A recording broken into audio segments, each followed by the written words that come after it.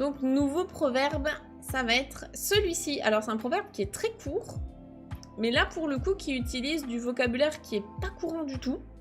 J'ai dû aller chercher ce que c'était, nuka. Je connaissais pas ce mot.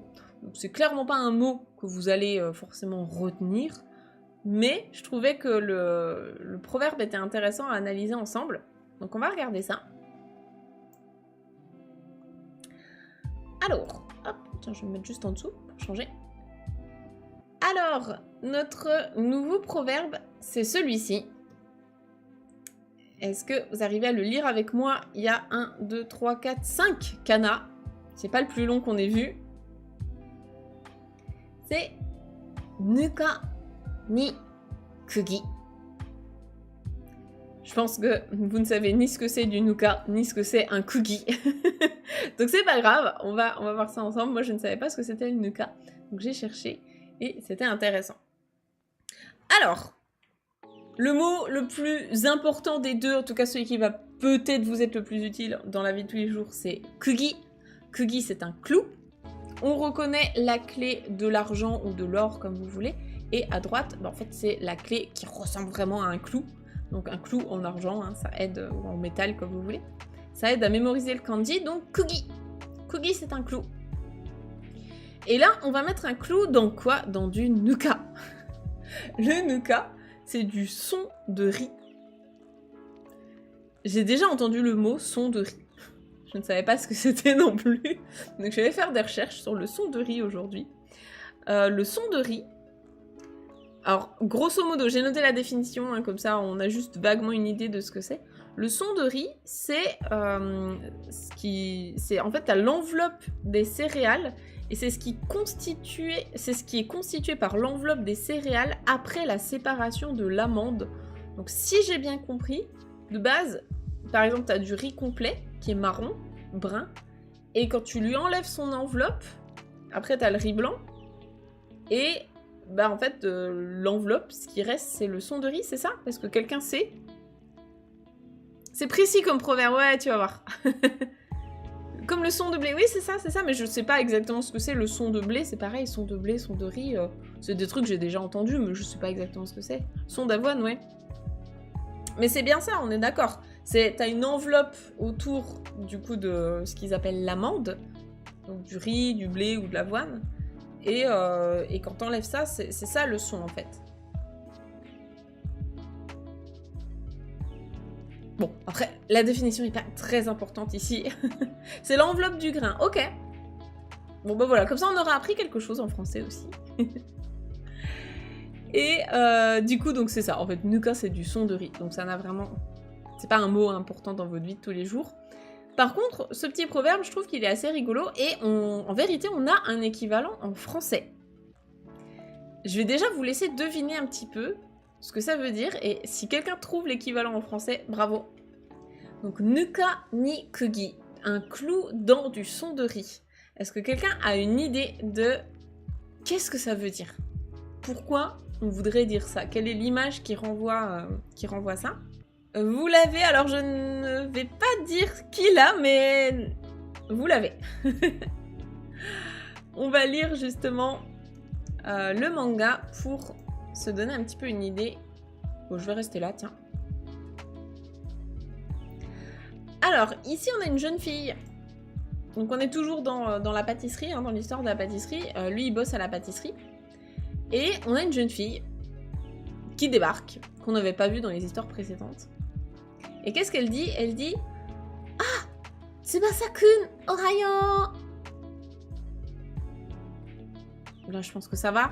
Est-ce que j'ai besoin de traduire? « Ah, Tsubasa-kun, ohayo !» Tsubasa, hein, c'est son prénom à lui. Donc, salut Tsubasa. Lui, il dit « Dare ?» Donc, c'est « T'es qui ?» C'est qui? T'es qui? Dare, c'est le mot interrogatif qui. Elle répond Tonari no mise no shoko yo. Donc, tonari. Tonari no totoro, totoro. C'est le meilleur moyen pour retenir le mot tonari. Tonari, ça veut dire voisin. Quelqu'un ou quelque chose qui est voisin, donc qui est à côté de. tonari no mise, le magasin d'à côté, hein, le magasin voisin, no Shoko. Donc c'est son prénom. Shoko yo. Donc ah bah moi c'est Shoko du magasin voisin. Kyo mo kakkoi. Donc là elle est complètement in love. Hein. Donc kyo mo aujourd'hui aussi kakkoi. Donc ah t'es trop stylé, t'es trop beau. Kakkoi c'est stylé, c'est cool, c'est beau. Et elle lui dit ski. Donc ah je t'aime. Aujourd'hui aussi t'es trop beau, je t'aime trop.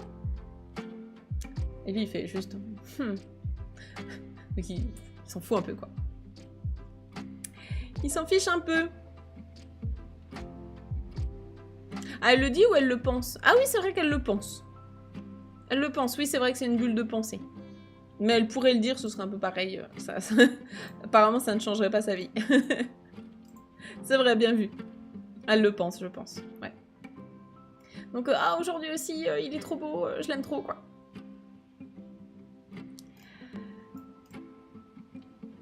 Et donc on continue et qu'est-ce qui se passe? Donc là on est sur Tsugi no hi. Alors attendez, je vais zoomer un peu pour que vous voyez bien. Je vais me mettre là. Donc Tsugi no hi, le jour suivant. Tsubasa-kun, kyou mo suki. Ah bah elle lui dit hein. Je sais pas si là c'était une pensée ou une bulle de parole, mais en tout cas là elle lui dit Kyo mo suki. Donc Tsubasa-kun aujourd'hui aussi, enfin, je t'adore quoi. Et lui il répond ah so. Ah so. Il a aucune émotion. Il s'en fout complètement. Elle se prend un vent monstrueux.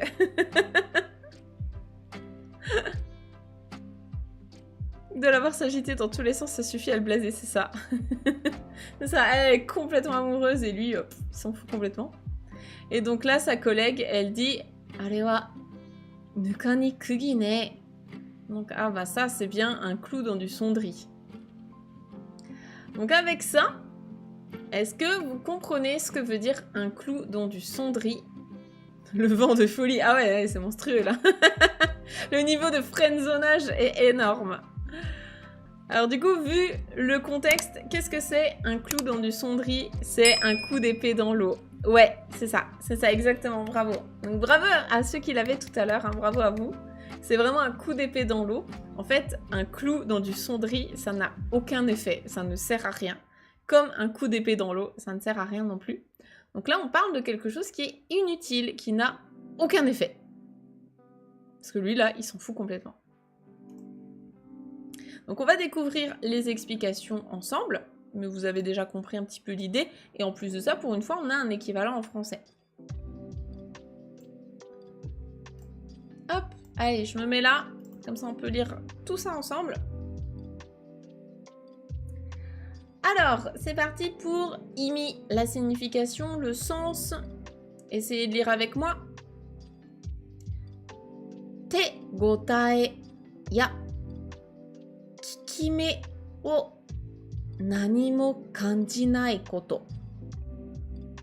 Là, ici, on a du vocabulaire un petit peu plus complexe. Les bulles de manga étaient très très faciles. Les explications sont un petit peu plus compliquées. Le manga était facile, donc alors, on a une balance aujourd'hui. C'est pas grave si les explications, il y a des choses que vous ne comprenez pas. On est là pour expliquer.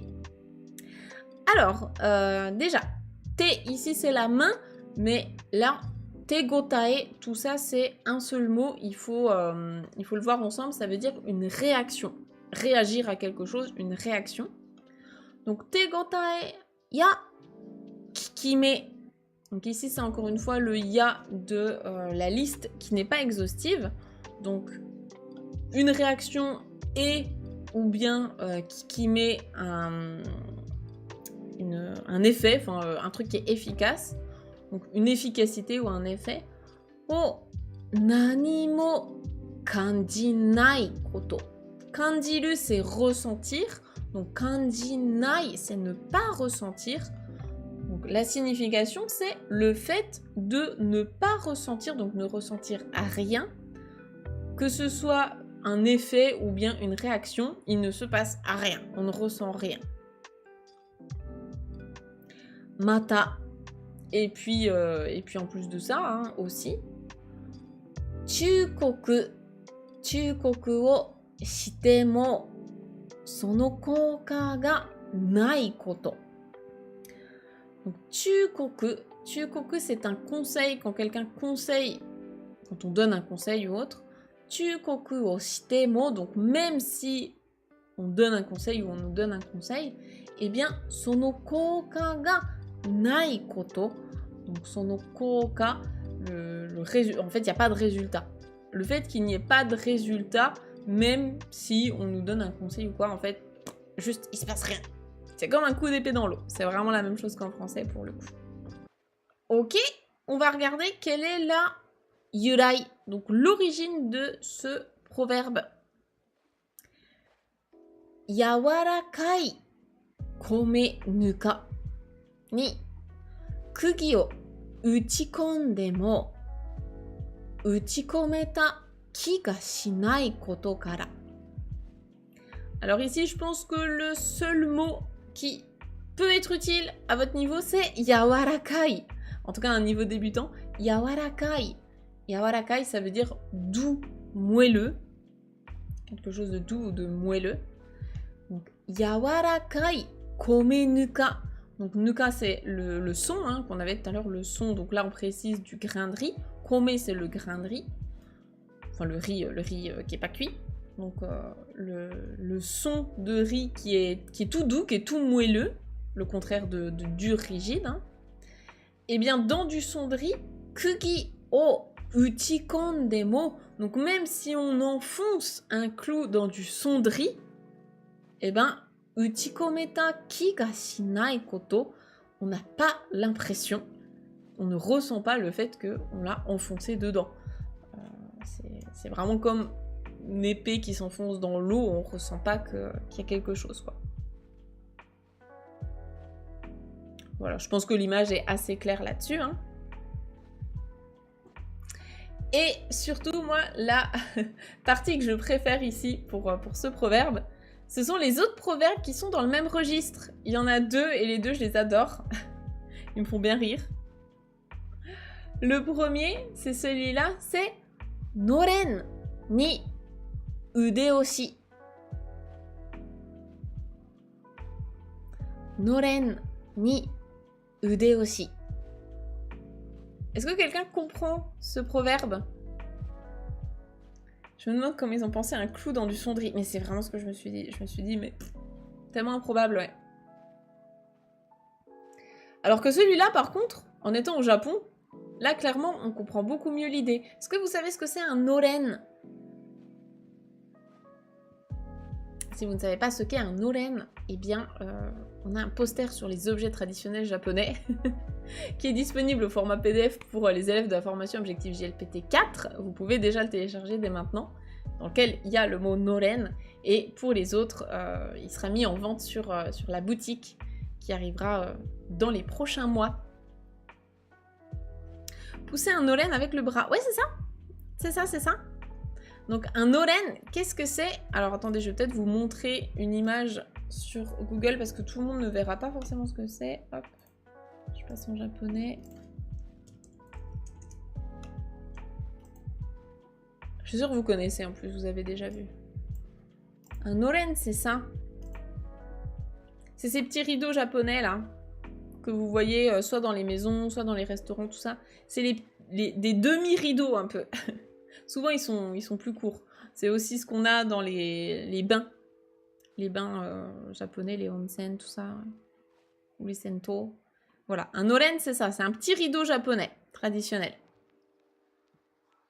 C'est ça, les rideaux à l'entrée des magasins, ouais, en général. Ou des restaurants ou autre. Donc un noren, c'est ça.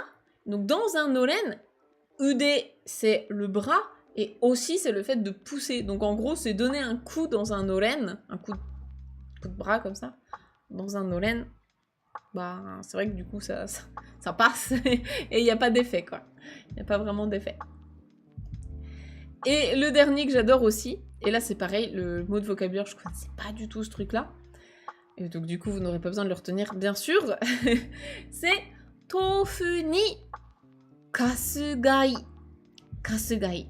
Tofu, là, c'est le tofu que vous connaissez tous, bien sûr.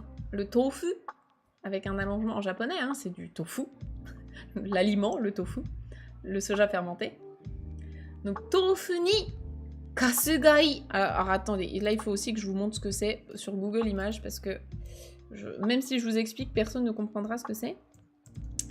Kasugai. C'est très très précis. Hein. Un kasugai, c'est ça. Voilà, un mot que j'avais jamais entendu de ma vie. En fait, c'est une pièce de métal en forme de katakana ko qui sert à relier, enfin à accrocher ensemble deux bouts de bois. C'est extrêmement précis. C'est ça. Même avec l'image, je comprends pas. Bah, c'est ultra technique. Ah ouais, c'est ça en fait. C'est ce truc-là. Donc, personnellement, je n'ai jamais eu besoin de ce mot dans ma vie et je pense que je n'en aurai jamais besoin à nouveau. Mais ça permet de comprendre ce proverbe.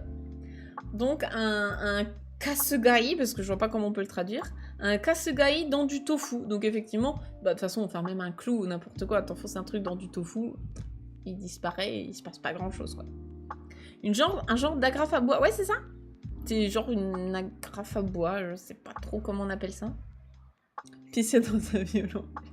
J'adore cette expression. Je l'utilise jamais, mais quand je l'entends, ça me fait trop rire. C'est très drôle aussi. C'est ça. Tu mets un kasugai dans du tofu, ça ne sert pas à grand chose, quoi. Donc voilà, ça m'avait fait rire. Enfin, en tout cas, ces petits proverbes complémentaires, ils m'avaient fait bien rire. Ok, bah écoutez, on va voir ensemble tsukai dokoro. Donc, point d'usage, comment on utilise ça dans la vie de tous les jours. Et bien donc, tegotae o kanji nai toki ni. Donc ça, c'est la même chose que tout à l'heure. Hein. Quand on ne ressent pas de réaction. Quand on fait un truc et qu'il n'y a pas de réaction, en fait, il se passe rien. Les exemples. Donc là, c'est pareil, on a quelqu'un qui parle et la personne, elle nous dit wasuremono wo shinai you ni nando mo chuii shite iru keredo anata ni wa nani o itte mo nuka ni kugira ne. Donc, wasuremono, ça un mot très important lors d'un voyage. Wasuremono, des choses oubliées, des affaires oubliées. Enfin, des trucs que vous avez égarés, par exemple, dans un train ou quoi, vous avez oublié votre sac. D'ailleurs, je suis dégoûtée, j'ai oublié mon chapeau l'autre jour dans le TGV en rentrant de Paris et j'ai fait une demande et personne ne l'a retrouvé. Je suis dégoûtée, c'était un très très beau chapeau. Voilà, c'était mon petit moment wasuremono. Donc ne faites pas comme moi, vérifiez que vous avez toutes vos affaires. Je tenais beaucoup à ce chapeau, mais bon, tant pis. Et wasuremono o shinai you ni.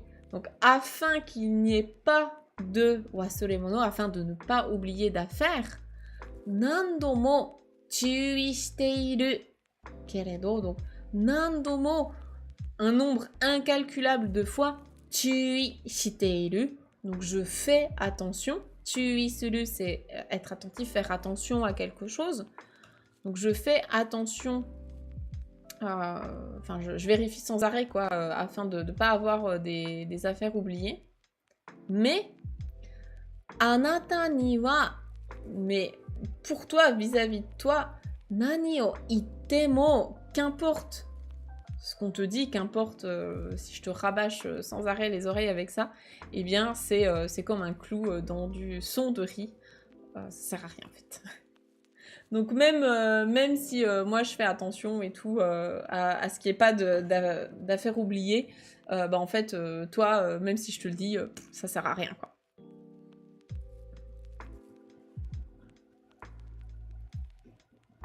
Donc voilà. Voilà un petit peu le genre d'usage que peut avoir ce deuxième proverbe. Et oui, je suis très triste pour mon chapeau. Mais bon, c'est la vie. En plus, je suis dégoûtée parce que vraiment, moi aussi, je vérifie sans cesse. Est-ce que j'ai bien mon téléphone, mon portefeuille, mon sac, ma valise, machin. Je vérifie tout 15 fois. Et là, le chapeau, je l'avais mis au-dessus de moi. Et c'est le seul truc que j'avais au-dessus de moi. Et du coup, je suis partie sans vérifier. Et bon, comme ça. C'est la vie. faire mon deuil de chapeau. C'est pas la première fois que j'oublie des choses dans un train. La pire chose que j'ai oubliée dans ma vie, c'était un iPod. Les gros iPods à l'époque, là, qui étaient bien chers. En plus, j'avais ramené une coque du Japon et tout. J'étais bien dégoûtée, mais bon. Voilà. Et puis donc, on va regarder la petite section qu'il y a juste à gauche.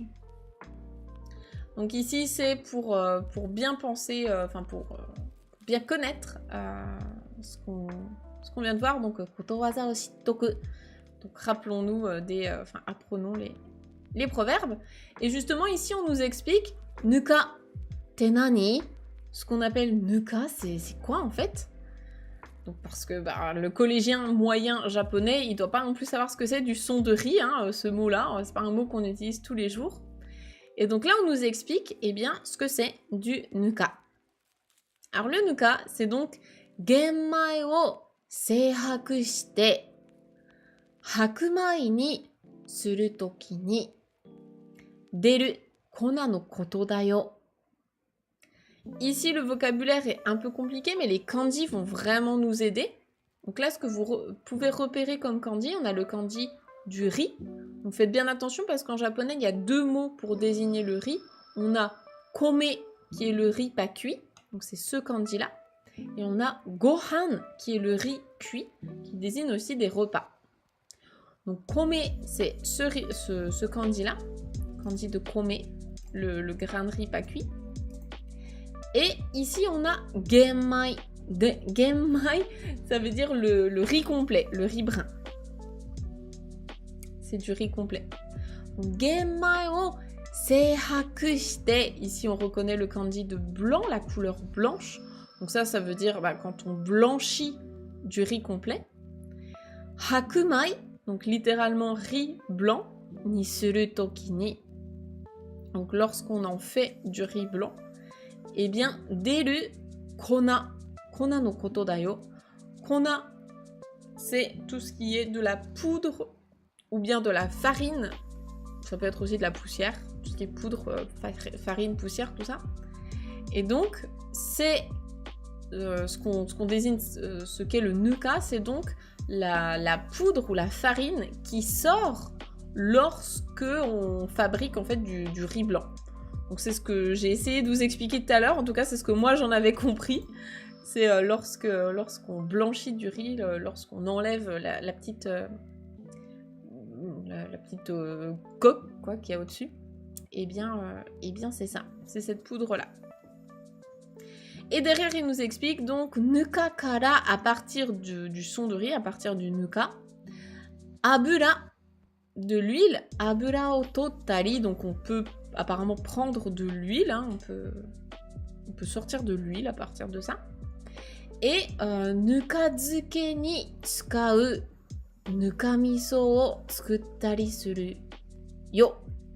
Donc on nous explique que on peut entre autres faire de l'huile à partir de ça. Et on peut également l'utiliser, alors là c'est pareil, c'est des termes de cuisine que je ne connaissais pas. Nukazuke, apparemment le nukazuke, c'est un type d'aliment en conserve qui est fabriqué en fermentant des légumes dans du son de riz. Je ne connaissais pas non plus. Et donc c'est le nuka miso, donc la bouillie qui résulte de ça. C'est la bouillie qui résulte quand on l'utilise pour faire du nukazuke. Voilà, bon après là c'est très spécifique culinaire japonais. Mais si jamais la cuisine japonaise ça vous intéresse, peut-être que vous connaissiez ça et pas moi. Je bois du genmai cha, théorie soufflée, je comprends ce nom. Ben oui, exactement, genmai c'est le riz complet, ouais, c'est ça. Comme quoi, on en apprend tous les jours, même en étudiant des proverbes japonais. On apprend absolument tous les jours.